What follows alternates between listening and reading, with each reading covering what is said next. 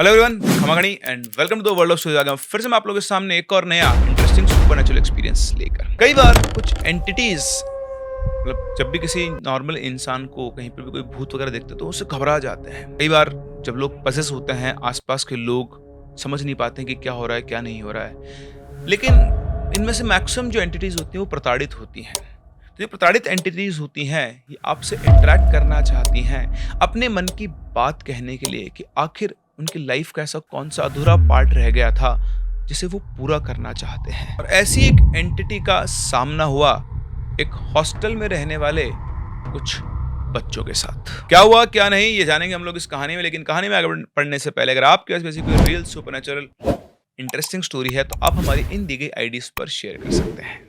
चलिए बढ़ते हैं कहानी में आगे। तो ये बात है 2009 की और ये कहानी शुरू होती है कोचिंग क्लास से जिसका अपना एक रेजिडेंशियल कैंपस था। जो सेटअप था वो कुछ ऐसा था कि बीच में जो थी वो कोचिंग थी और इधर उधर हॉस्टल्स थे। एक हॉस्टल गर्ल्स का और एक हॉस्टल बॉयज का।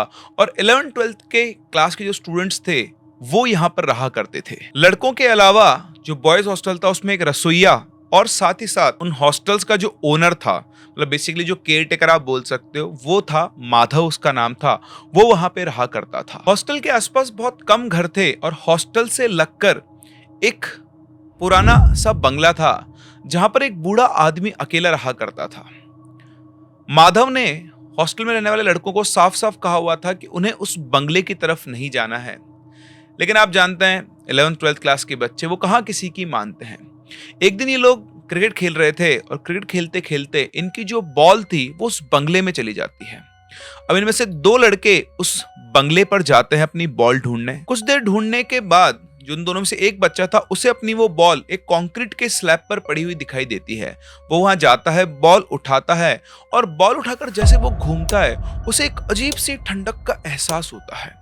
उस ठंडक के एहसास से वो चारों तरफ देखता है और इतने में जो दूसरा लड़का था वो उसके हाथ में बॉल देखकर बोलता है, बे देख क्या रहा है, चल आजा लेट हो जाएंगे। अब उस दिन क्या था, जो रसोइया और जो इनका केयर टेकर था माधव, वो दोनों हॉस्टल में नहीं थे, वो किसी काम से बाहर गए थे और वो अगली सुबह ही आने वाले थे। तो यहाँ हॉस्टल के कुछ बच्चों ने मिलकर ये सोचा कि आज हम लोग चिकन पार्टी करते हैं क्योंकि आज दोनों ही नहीं है। तो ये लोग अपना चिकन विकन खरीद कर लाते हैं और ये सारा सेटअप छत पर बनाते हैं। वहीं पर ये चिकन बनाते हैं और वहीं पर उसे खाने का प्लान भी बनाते हैं। अब ये चिकन विकन बनाते बनाते इनको लेट हो जाता है, रात तकरीबन 9:30-10 के आसपास बज जाते हैं। तो इन्होंने छत के ऊपर एक छोटी सी लाइट लगा ली थी और अपना सारा सेटअप वहां पर कर लिया था। चिकन विकन बनाकर ये सब लोग अपना खाना खाने बैठते हैं। तो यहाँ पर एक लड़का बैठा हुआ था। तो जब वो बैठा हुआ था उसे फील होता है कि उसके आसपास कोई बैठा हुआ है। घूम कर देखता है तो जो दूसरा लड़का था वो उससे बहुत दूर बैठा था, लेकिन उसे जस्ट ऐसा फील हुआ कि कोई उसके पास में ही बैठा है। और वो लड़का अपनी प्लेट में जस्ट चिकन डालते कि उसे फिर से वापस से फील होता है क्योंकि उसके पास बैठा हुआ है। वो फिर से घूमता है और उस बार घूमते उसकी आंखें फटी की फटी रह जाती है। एक बिल्कुल काली सी आकृति उसके पास बैठी हुई थी और उसको देखते ही वो उठ के खड़ा होता है और भूत भूत भूत चिल्लाते हुए भागता है। अब आप सीन इमेजिन करें कि 8-10 बच्चे हैं, सब अपनी चिकन की प्लेट लेकर बैठे हुए हैं। एक प्लेट में चिकन सर्व हुआ और सर्व होते से वो काली आकृति दिखकर वो चिल्लाते हुए भागा। उसको देखते सारे बच्चे डर गए, वो भी उसके पीछे भागे। सब जब नीचे पहुंचे तो सबने पूछा कि क्या हुआ, तो बोलता है कि मैंने वहां पर ऐसे काली सी आकृति बैठी हुई देखी। तो बोलते वो साले पागल है, हो सकता है तेरे को वहम हो गया हो, एकदम से हम सबको डरा दिया है। लेकिन वो लड़का बहुत बुरी तरह से डर गया था। अब उन्होंने बोला चल वापस ऊपर चल के देखते। तो बोलता है मैं तो नहीं जा रहा, तुमको देखना है तुम देख लो। तो बाकी के जो बच्चे थे वो सबके सब ऊपर आते हैं। अभी थोड़ी देर पहले जब वो ऊपर थे तो चिकन बनने की बहुत अच्छी स्मेल हो रखी थी वहां पर, लेकिन अब वहां से चिकन की स्मेल ही गायब थी। अब सब लोगों ने सोचा ऐसा कैसे हो सकता है। फिर उन्होंने देखा तो बर्तन में चिकन तो पड़ा हुआ लेकिन उसकी स्मेल बिल्कुल भी नहीं आ रही है। अब वो ये सब चेक ही कर रहे थे कि तभी एक और दूसरे लड़के को वो जो छोटी सी लाइट उन्होंने जला रखी थी उसके जस्ट पीछे कोई खड़ा हुआ दिखाई दिया। अगेन एक काली सी शेप खड़ी हुई थी और उसको देखते ही वो भी बहुत तेज चला, वहां कोई खड़ा है, भूत खड़ा है। और एकदम से उसके बोलते वो शेप गायब हो गई और वो लड़का भी सरपट भाग के नीचे दौड़ा। अब जैसे ही दो लड़के, पहले वो हो चुका और अब ये, उसको देखकर बाकी सब लड़के भी नीचे पहुंच गए और वो सीधा अपने रूम में जाके रुका। वहां पहुंचकर सब लड़कों ने आपस में बात की तो दो लड़कों ने एक ही चीज देखी थी। अब इस चीज को कोई डिनाई नहीं कर सकता था। उन्होंने बोला भाड़ में गया चिकन, आज रात को भूखे ही सो जाएंगे। और ये सब के सब अपने अपने रूम में जाकर चुपचाप सो गए।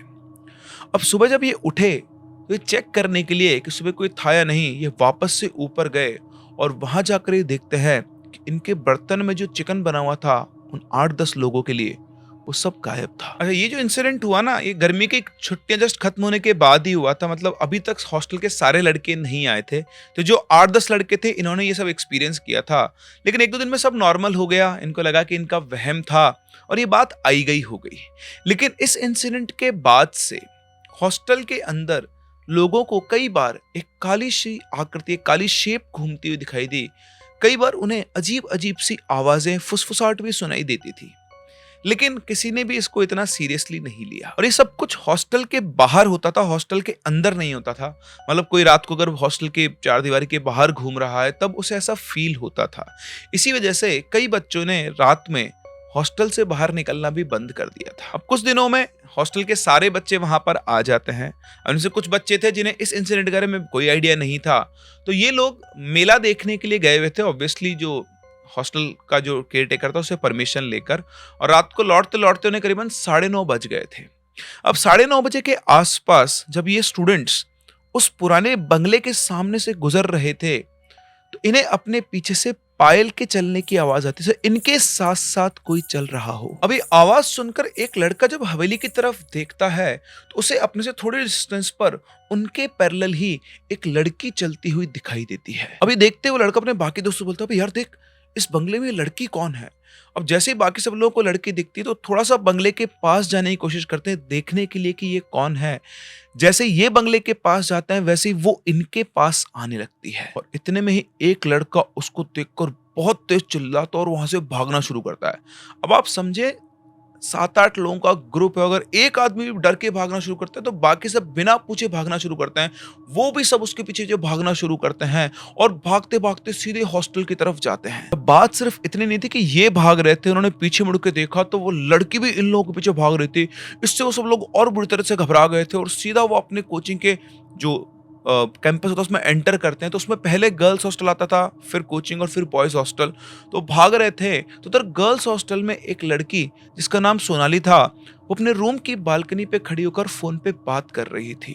ये लड़के चिल्लाते हुए भाग रहे थे तो उसकी नजर इन लड़कों के ऊपर पड़ी, और उन लड़कों के बाद उसकी नजर उस लड़की के ऊपर पड़ी जो उनके पीछे भाग रही थी। इधर वो भागते हुए लड़कों की नजर भी सोनाली पर पड़ती है। अब हुआ क्या, जैसे सोनाली ने उस पीछे भागती हुई चुड़ैल को देखा, उस लड़की को देखा, बुरी तरह घबरा गई। पर उसने उसका कौन सा रूप देखा और वो चीख के अपने रूम के अंदर भागने लगी। लेकिन जैसे वो रूम के अंदर भागने के लिए घूमी, वो लड़की बिल्कुल उसके सामने खड़ी थी। उसको देखते उसके मुंह से चीख निकलकर वो वहीं के वहीं बेहोश हो गई।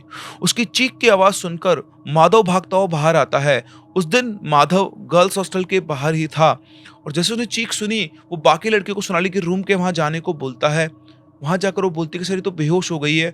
वो उसे उठाकर, मतलब उनसे बोलता है कि इसको उठाकर इसके रूम के अंदर लेकर जाओ, मैं आ रहा हूँ। और इधर से वो लड़के जो चीखते हो भाग रहे थे उनसे पूछता है, क्यों चिल्ला रहे हो, क्या हुआ। अब वो लड़के उसे क्या बताएं, वो लड़कों पर चिल्लाता, क्या मचा रखा है, चलो सब अपने रूम में। वो थोड़ा कड़क था और सबके सब बच्चे डर के चुपचाप अपने रूम में चले जाते हैं।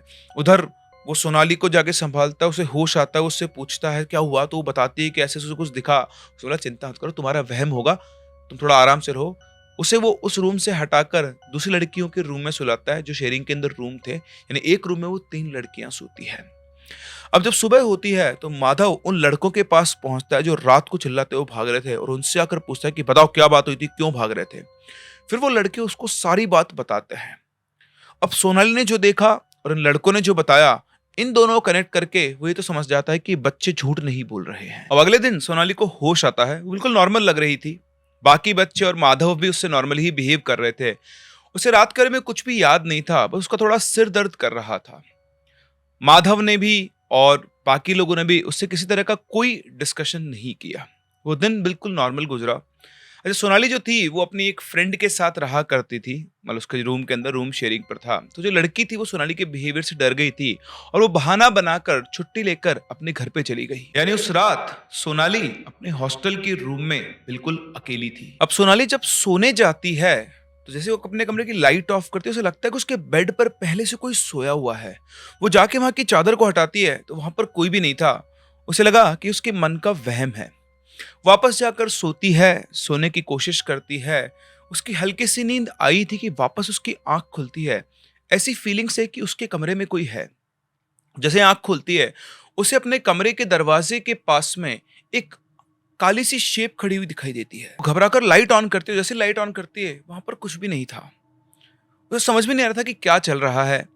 फिर वापस से वो लाइट ऑफ करके सोने की कोशिश करती है, लेकिन पूरी रात उसे नींद नहीं आती है। अगले दिन सुबह वो ये सारी बातें अपनी फ्रेंड को बताती है, जो उसकी क्लासमेट थी, और वो क्लास के अंदर ही बैठी हुई थी। करीबन 2-3 क्लास गुजरी होगी कि तभी एकदम से सोनाली में पोजीशन आता है। पूरी क्लास चल रही थी, शांत बैठी हुई थी, सामने टीचर पढ़ा था, और तभी एकदम से पूरी क्लास के अंदर सोनाली की हंसी गूंजती है। वो अपने दोनों हाथ टेबल पर रखकर हा हा हा हा इस तरह से हंसना शुरू करते हो, अपना सिर घुमाना शुरू करते, उसके पूरे बाल खुल जाते हैं, आंखें उसकी बिल्कुल जैसे खून तड़ाता ना आंखों के अंदर ऐसी हो गई, तो बिल्कुल अजीब से एक्सप्रेशन बनाकर वो सब लोगों को घूर रही थी। उसको देखते आसपास के लड़के थे सब चिल्लाना शुरू कर देती है, और पूरा का पूरा स्कूल के जो टीचर्स वगैरह थे वो सब के सब उनकी क्लासरूम के बाहर आकर खड़े हो जाते हैं। क्लास में जो लड़के थे और जो टीचर थे वो सोनाली को संभालने की कोशिश करते, लेकिन वो अपने आप को पटक रही थी, उनसे छुड़ाने की कोशिश कर रही थी, और इसी कश्मकश में सोनाली का सिर दीवार से टकरा जाता है बहुत तेजी से, और वो वहीं की वहीं बेहोश हो जाती है। सिर दीवार से टकराने की वजह से उसके सिर के ऊपर वो जो होता ना गोला सा हो गया था, बिल्कुल नीला वो पड़ गया था। लेकिन इस टाइम वो बेहोश हो गई थी, तो उसे स्कूल के मेडिकल रूम में ले जाया गया, और फिर उसके घर वालों को कॉल किया गया। उसके घर वाले आए और सोनाली को वो अपने घर पर ले गए। अब घर जाने के बाद सोनाली 2 दिन में पूरी तरह से ठीक हो गई थी। फिर बाद में इन लोगों को पता चला कि जब ये लोग वीकेंड पे अपने घर जाते थे, तो उस टाइम पर सोनाली के घर वालों को, मतलब सोनाली का घर बहुत दूर नहीं था वहां से, तो सोनाली घर वालों को उसके बॉयफ्रेंड के बारे में पता लग गया था, और उन्होंने उसे उससे दूर रहने को कहा था, डांटा पीटा भी था, और इसीलिए शायद सोनाली ने पजेस होने का नाटक किया।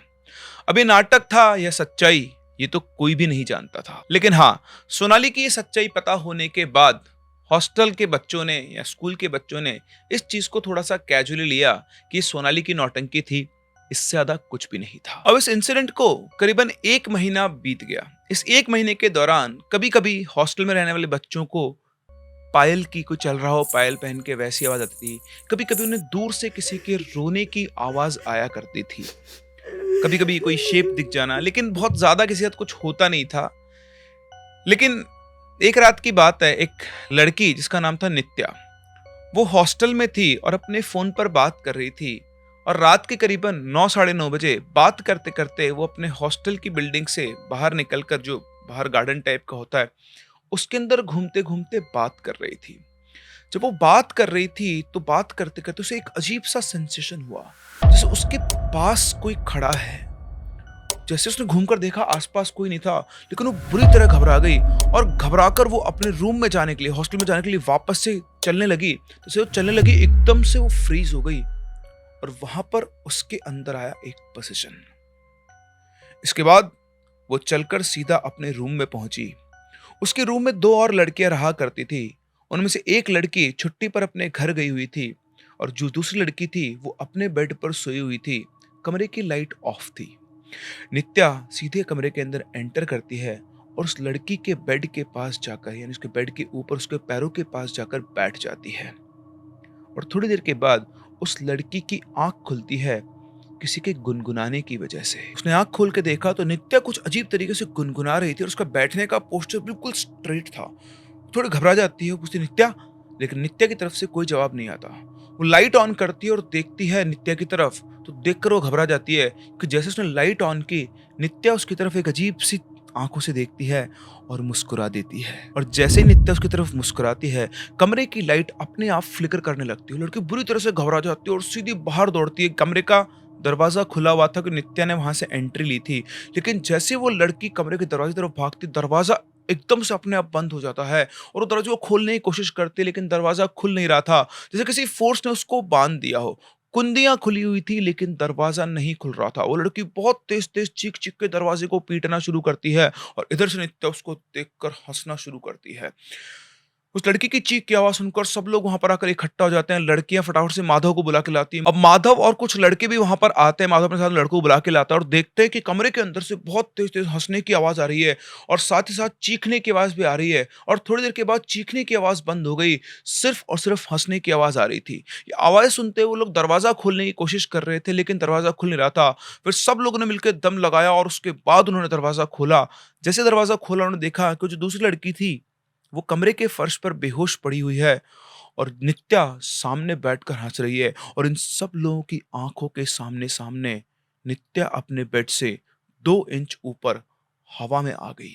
इन लोगों ने आओ दिखाना था, फटाफट से उस लड़की को बाहर निकाला और फिर उस कमरे को बंद कर दिया। जैसे जो कमरे में बंद किया तो फिर से हंसने की आवाज आई और एक सेंटेंस आया, किसी को नहीं छोड़ूंगी, किसी को नहीं छोड़ूंगी। अगले 5-10 मिनट तक वो हंसती रही और फिर उसके बाद बिल्कुल शांति हो गई। लेकिन किसी की भी हिम्मत नहीं थी कि वो उस कमरे को खोल सके। माधव सभी बच्चों को सेटल करता है और उसके बाद पूरी रात वो नित्या के कमरे के बाहर बैठा रहता है और ये सोचता रहता है कि क्या करना है। सुबह होते ही वो नित्या के घर वालों और एक तांत्रिक को बुलाता है। पहले नित्या के घर वाले पहुंच जाते हैं, वो आकर पूछते हैं क्या हुआ, तो उन्हें सब कुछ बताया जाता है। लेकिन वो ये सब फालतू बातें मानने को तैयार नहीं थे। वो माधव के ऊपर गुस्सा कर रहे थे कि पूरी रात तुमने हमारी बेटी को बंद कर रखा है, पता नहीं क्या हुआ होगा क्या नहीं। दरवाजा खोला तो नित्या बेहोश पड़ी हुई थी और ये देखकर वो और ज्यादा आग बगुला हो गए। उन्होंने माधव को बहुत खरी खोटी सुनाई। फिर माधव ने कहा कि आप मेरी बात समझिए, आप जो समझ रहे हैं ऐसा कुछ भी नहीं है, कुछ ना कुछ यहाँ पर चक्कर है। फिर बाकी बच्चे आए, लड़कियां आई, उन्होंने भी उनसे बातचीत की।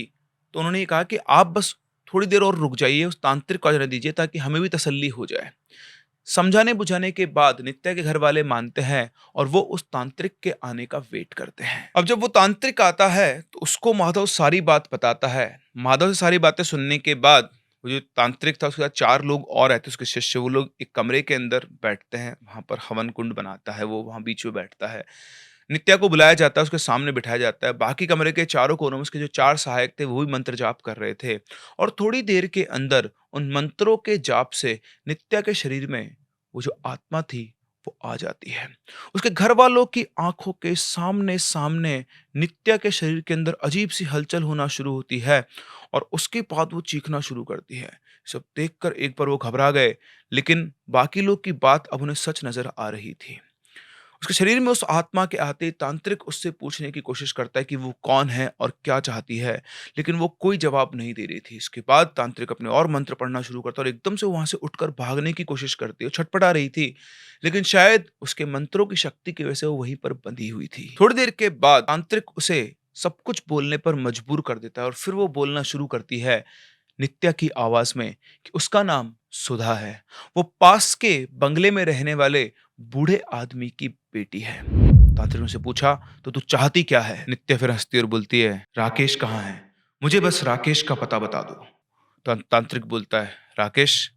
कौन राकेश? तब सुधा यानी नित्या बताना शुरू करती है राकेश, राकेश वो लड़का जिससे मैं प्यार करती थी। उसने बताया कि उसकी माँ की बचपन में ही मौत हो गई थी और उसके बाबा ने ही उसे पाल पोस कर बड़ा किया था। जो वो बड़ी हुई तो उसे राकेश नाम के एक लड़के से प्यार हो गया। वो दोनों एक दूसरे से बहुत प्यार करते थे और शादी करना चाहते थे। जब उसके बाबा को ये सब पता लगा तो उन्होंने मुझे बहुत मारा पीटा और मुझसे कहने लगे कि वो मेरी शादी कहीं और कर देंगे। मैं राकेश के बिना रह नहीं सकती थी, इसलिए मैं घर छोड़कर राकेश के साथ चली गई और हम दोनों ने शादी कर ली। शादी के कुछ महीनों बाद मैंने सोचा कि मैं अपने पिताजी की इकलौती बेटी हूं, शायद अब वो मुझे माफ कर देंगे और शायद यही मेरी सबसे बड़ी गलती थी। मैं राकेश को लेकर अपने बाबा के घर पहुंची और आकर उनके पैर पकड़ लिए, उनसे माफी मांगने लगी। लेकिन मेरे बाबा मुझसे बहुत बुरा भला कहने लगे, बहुत गंदे गंदे शब्द उन्होंने मेरे लिए यूज किए। और जब राकेश ने सब सुना तो उसे बहुत बुरा लगा और उसने मेरे पिताजी को टोका। जैसे उसने मेरे पिताजी को टोका, मेरे पिताजी और उसके बीच में बहस शुरू हो गई और इसी बहस के दौरान मेरे बाबा यानी मेरे पिताजी एक बंदूक लेकर आए और उन्होंने वहीं मेरी आंखों के सामने राकेश को गोली मार दी। और इससे पहले कि मैं कुछ बोल पाती, दूसरी गोली उन्होंने मेरे सीने में उतार दी। हमारी इस हवेली का जो एरिया है वो बहुत बड़ा है, किसी को कुछ भी पता नहीं चला। हमें मारने के बाद उन्होंने मेरी लाश को हमारे बगीचे में दफना दिया, लेकिन राकेश के शरीर का उन्होंने क्या किया ये मुझे पता नहीं है। मैं तब से यहीं भटक रही हूं और हवेली के अंदर राकेश को ढूंढ रही हूं, लेकिन राकेश हवेली में नहीं है।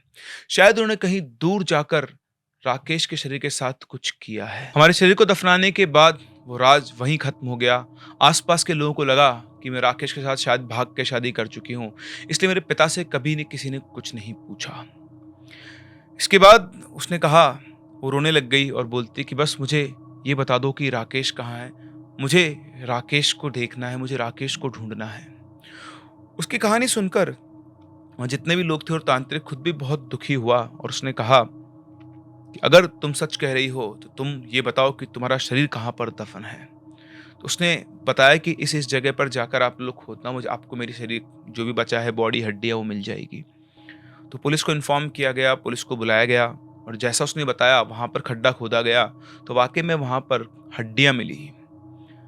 अब इन हड्डियों के मिलने के बाद उसके बाप से पूछताछ की तो उसने अपना जुर्म कबूला और फिर उसने बताया कि यहाँ से करीबन 50-60 किलोमीटर दूर जंगल के पास उसकी एक और ज़मीन थी, वहाँ पर जाकर उसने राकेश को दफनाया था। खैर ये सब बात उस टाइम पे जब नित्या के शरीर में थी किसी को भी नहीं पता थी, सब बाद में पता चला है।